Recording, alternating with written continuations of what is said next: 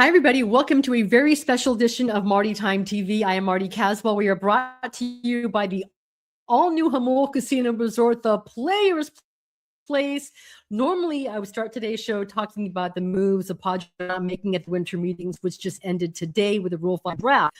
But we have a very special guest, the one and only Chris Berman. And the reason he's here is because some guy y'all know, number 17, has unretired to play for the Colts. Boom, you've covered football for as long and as well as anybody else. How shocked are you by this news? It's a preposterous story. Not that I don't root for it to have a great result, and I'm sure you're the same way, Marty, and it's good to talk to you. 4.5 years out of football. I ran into Philip this summer at the Hall of Fame.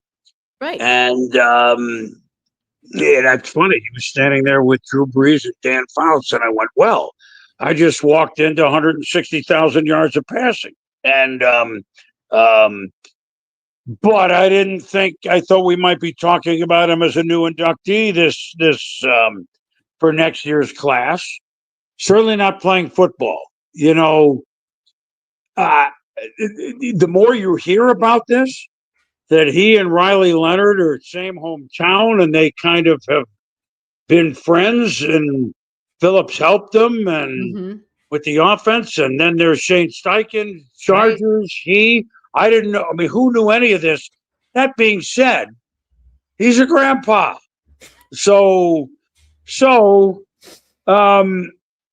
And he's playing the Seahawks, and soon the Texans, who are like, these are maybe the best two defensive teams, but that's not the point.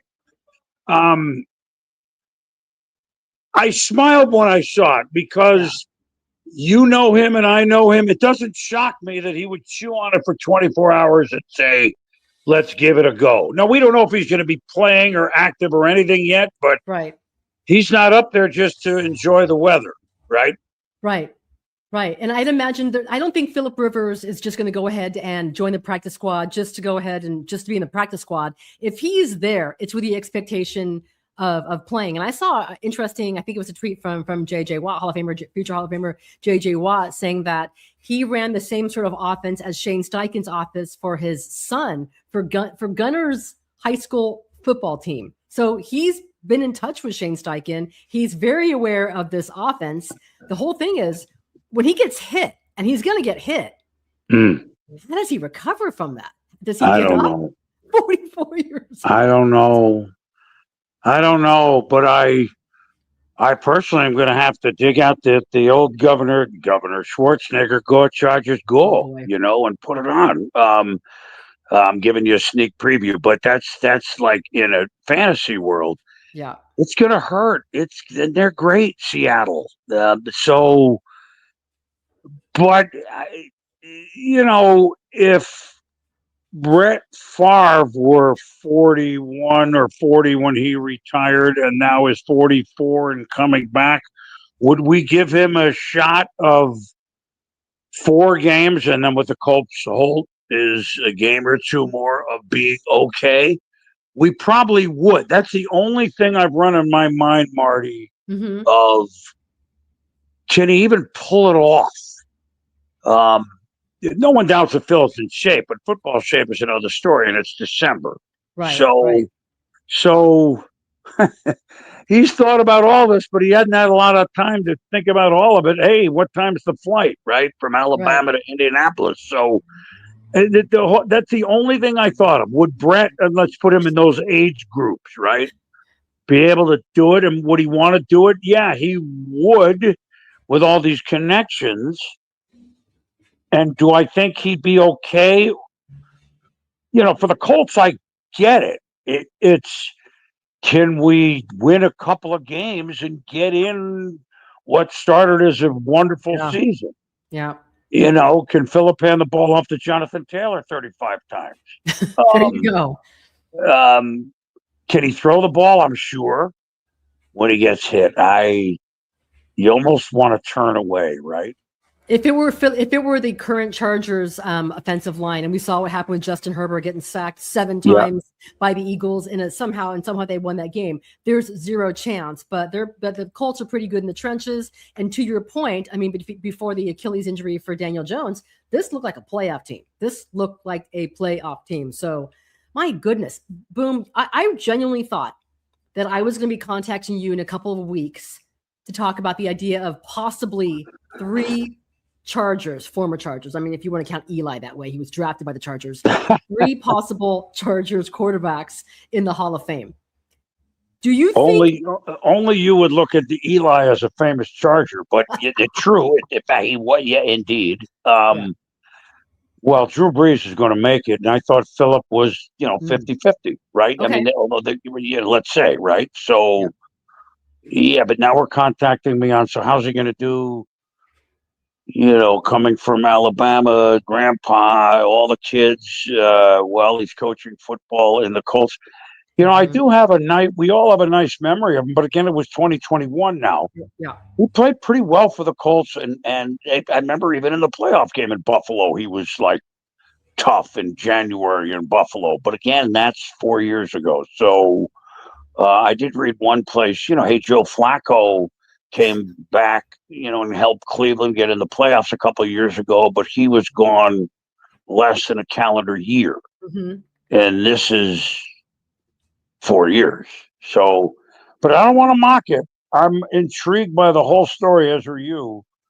And, who knew that the San Diego Chargers, the face of the recent Chargers, might be playing football. Yeah, you're right. It is. I'm smiling, but then those aren't my ribs, right? And it's on the road. And to your point, Boom, I mean, I remember going to some crazy Chargers games in Seattle from back in the day when they had their special teams nightwear. And I remember like standing on the field, and you literally cannot hear yourself talk. You can't hear the person talking next to you because it's so freaking loud. So you're gonna have these players having to get to know that interesting cadence. And I just wonder how he's gonna. Here's your schedule. So Seattle, which in my opinion, one of the toughest places to play on the road. Then they have the 49ers at home, Jags, that could be interesting, also at home, at the Houston Texans, and then at the Houston Texans. Yeah. Is this possible? Doable? What's he thinking? Well, I think they looked at the schedule and said, Phillip, we don't want you to get hurt. I mean, he might, but you give us our only chance. And the poor young man from Notre Dame actually wasn't horrible in the game. I watched it.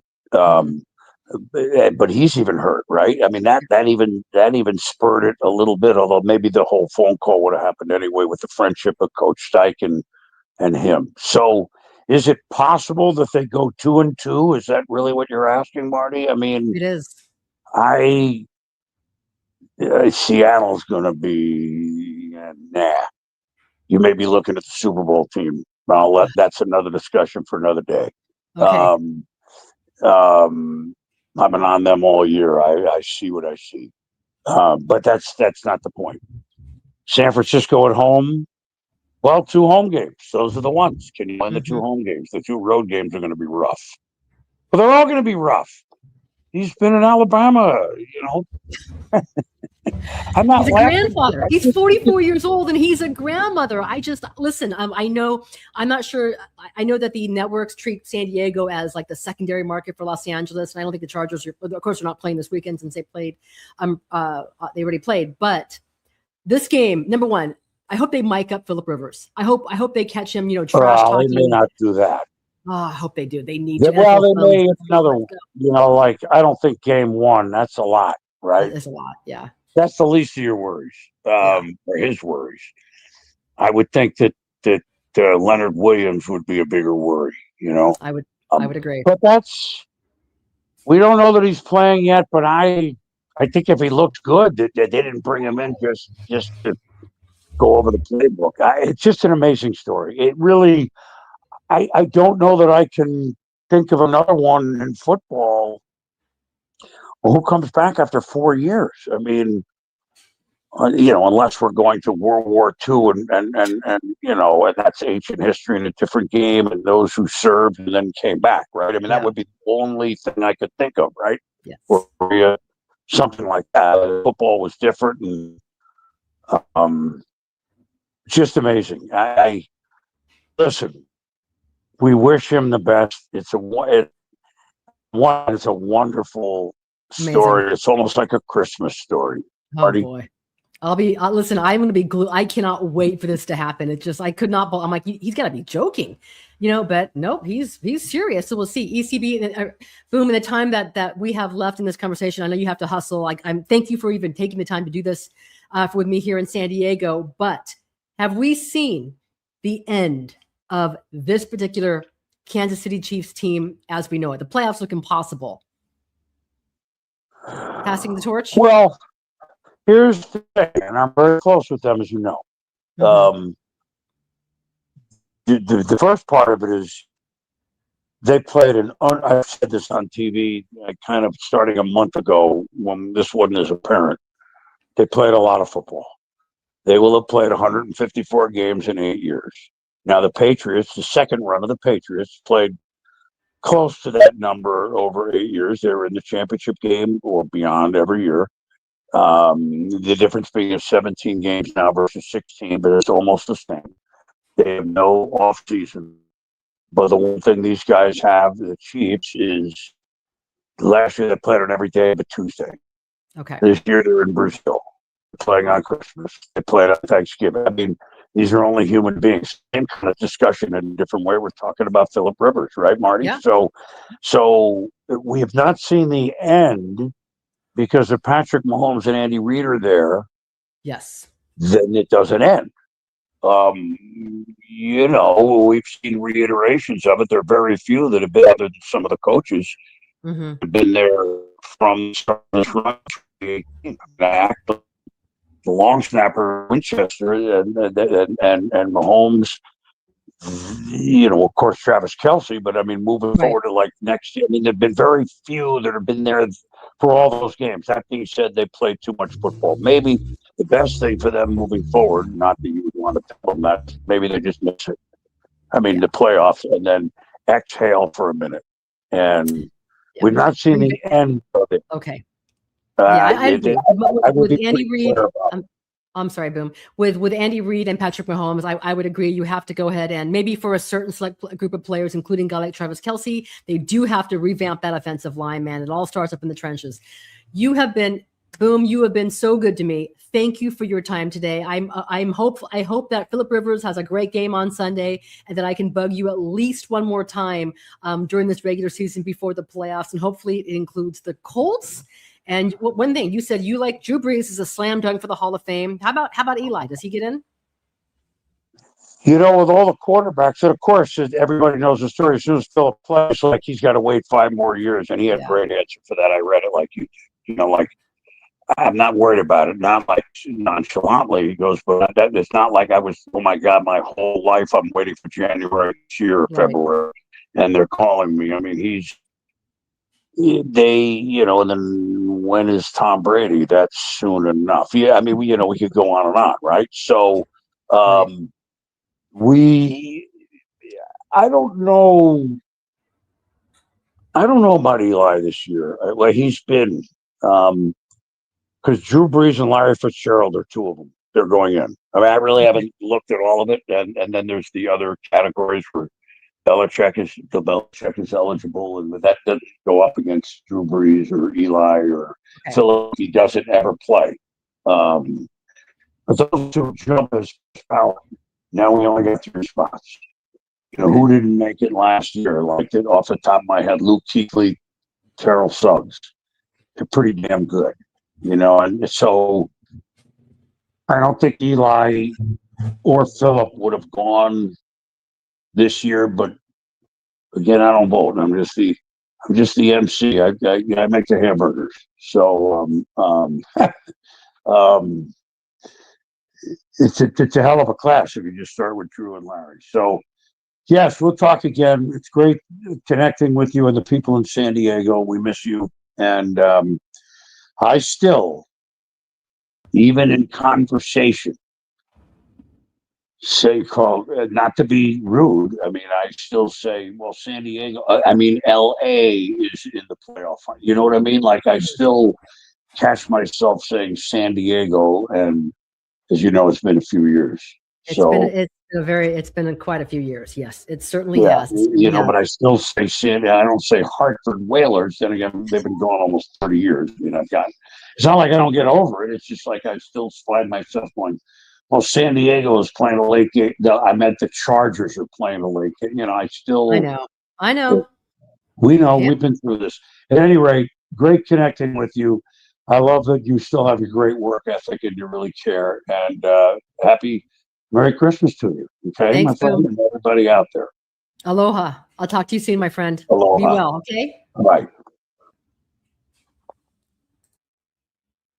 That was the one and only Chris Berman of ESPN talking about the just absolutely shocking retirement of Philip Rivers. This is my favorite picture of Philip Rivers with Antonio Gates from back in the day at their former training facility, their former facility in San Diego, right off of Murphy Canyon Road. Antonio Gates, who of course was inducted this last August. I thought maybe Philip had a chance. You heard what Boom had to say, that maybe 50-50 on Philip Rivers, but another former quarterback, Drew Brees, looks like a slam dunk. All right, guys, when we come back, we're going to check in from Jake Garegnani of the local CBS to talk about the Padres' very, very quiet winter meetings.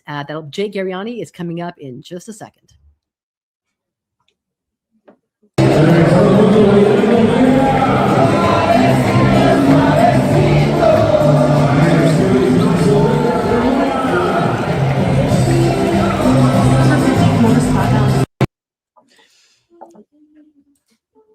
Okay, welcome back to Marty Time TV. I am Marty Caswell. That is Jake Garegnani from the CBS 8 studios. We are brought to you once again by the all-new Hamul Casino Resort, the Players Place. I was not showing you those highlights from Mexico City just randomly because, not to go ahead and bury the lead, I know we'll talk a little bit of Philip Rivers and the Padres' quiet few days at the winter meetings, but the Padres are going to return there in April, Mexico series, to play this time the Arizona Diamondbacks. And just to go ahead and take you guys back, not that you care, maybe you do care, that is where I became lifelong friends with Jake Garegnani at the airport over 10 or 11 margaritas when we were delayed by a week or so. We were at the airport bar for about a week.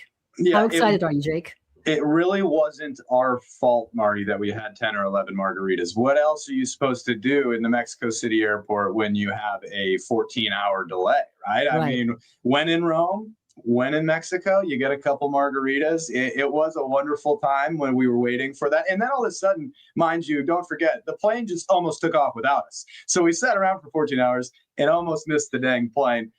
I'm beyond thrilled. I've already spoken with our crew here, and I think we're going to return. We had such a wonderful time down there the first time, Marty, and I'm sure you kind of got the same vibe where it was this unbelievable, Dennis. Yeah, I'm on that plane somewhere. It's this unbelievable celebration of culture in baseball. Yes. Padre fans overwhelmed the Giants fans down there last time, and it was just such a special time. It was a party the entire way. It's one of my favorite things I've ever gotten to cover, Marty, and I've talked about it with just about anybody that will listen. I'm so excited to go back. I assume you're in that same boat. I am loving it. It was so much fun. I'm just looking at that. Here, hang on 1 second. I'm looking at this lineup, right? And that's Bob Melvin. There's Tatis, Machado, Juan Soto, Nelson Cruz, everyone's favorite Padre, Matt Carpenter. That trip was so much fun because, like, the Padres, they hit like 35 home runs, right? And they swept that 2-game series. You're like, yes, this team's going to be so much fun. They had the sombreros. They were dancing. They had the piñatas. Do you remember those? Do you remember those Padres, the piñata sombrero Padres? I mean, that they buried that rather quickly because that season did not go as planned. But man, it was such a fun way to get things going when they did play there. It really was. And if you remember, they were struggling a lot going to Mexico City. The team was not playing well. And that was kind of that launching pad for at least a part of that season that was good. And it really did kind of kick off the Padres to winning ways when they were down there. I remember, it wasn't Rey Mysterio down there with the Lucha Libre masks. I remember going into the clubhouse and he was there, and there was the piñatas and the 8 billion home runs because that place is a launching pad at like 8,000 feet altitude. It was so much fun. I'm ready to run it back. I'm ready to go right now.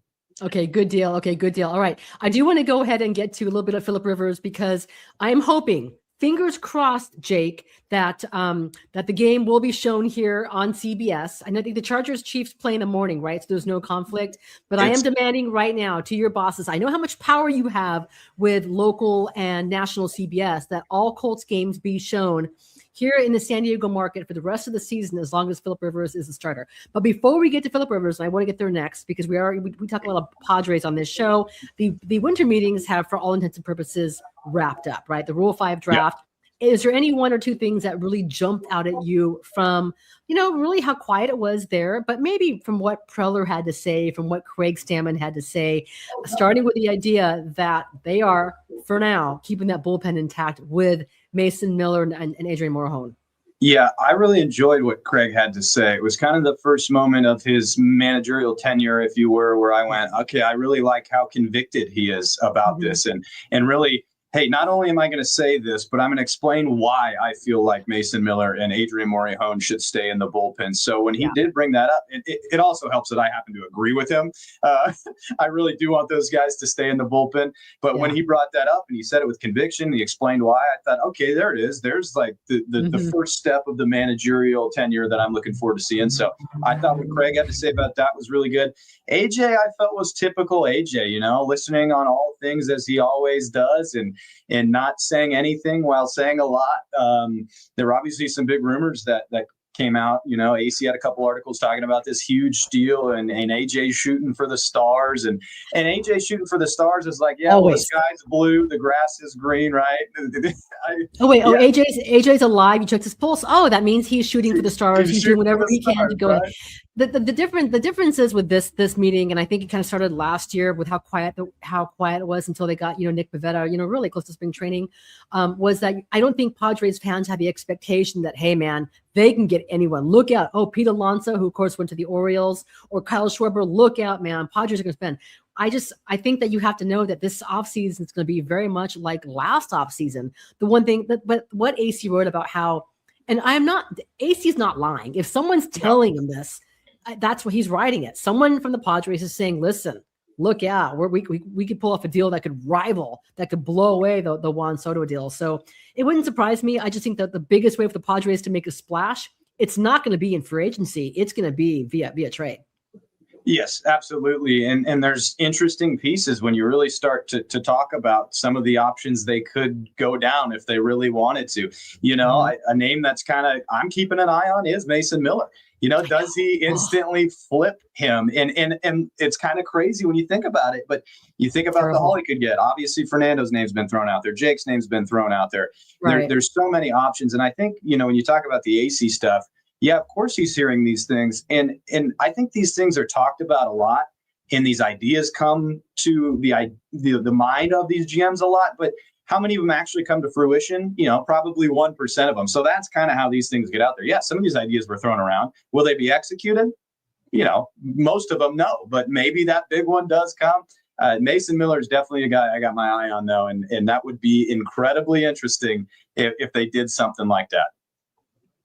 I think the only way that I find that acceptable, trading a guy who's so exciting like Mason Miller. And listen, the one thing that the Padres have shown for years and years and years, they can find their all-star closers. They have a history of all-star closers. Usually they ended up trading those guys, whether it was, Kirby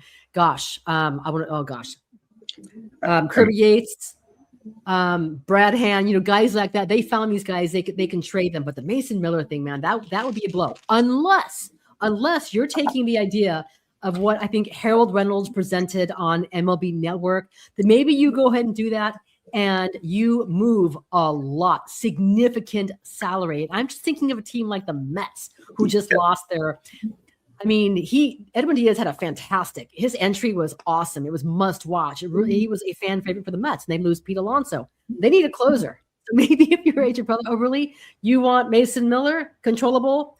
Okay, but you're taking Xander Bogaerts also. Now what do we do? Now, how do you feel about that deal? I don't know. Exactly. I think these are the conversations that are genuinely talked about at these meetings. And then some things leak out and you go, okay, let's just broach the idea about it.